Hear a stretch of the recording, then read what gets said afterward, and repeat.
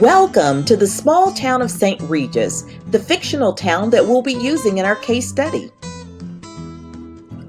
This is the St. Regis School, home of the Tigers, K through 8 with approximately 420 students. Computer and lab software were purchased with PTA funds, and the purchase was facilitated by Mrs. Lynn, the library media specialist who worked with the principal to prioritize a list of requests made by teachers.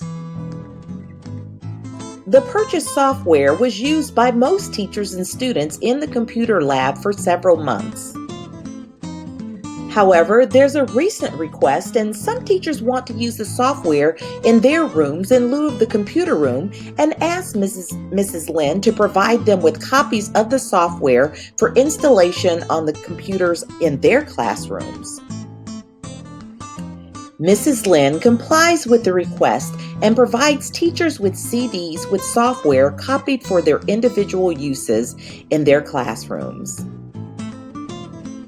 Mrs. Brandon, a new teacher at the school, expresses her concern to Mrs. Lynn regarding the copied software, and Mrs. Lynn rebuffs her warnings. Mrs. Brandon then carries her concerns to the principal, Mr. Sample.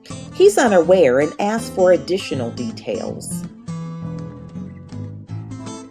Mr. Brandon approaches Mrs. Lynn about the infraction, and she admits that she's trying to be resourceful with the school's money and has even received help copying the software from the PTA president.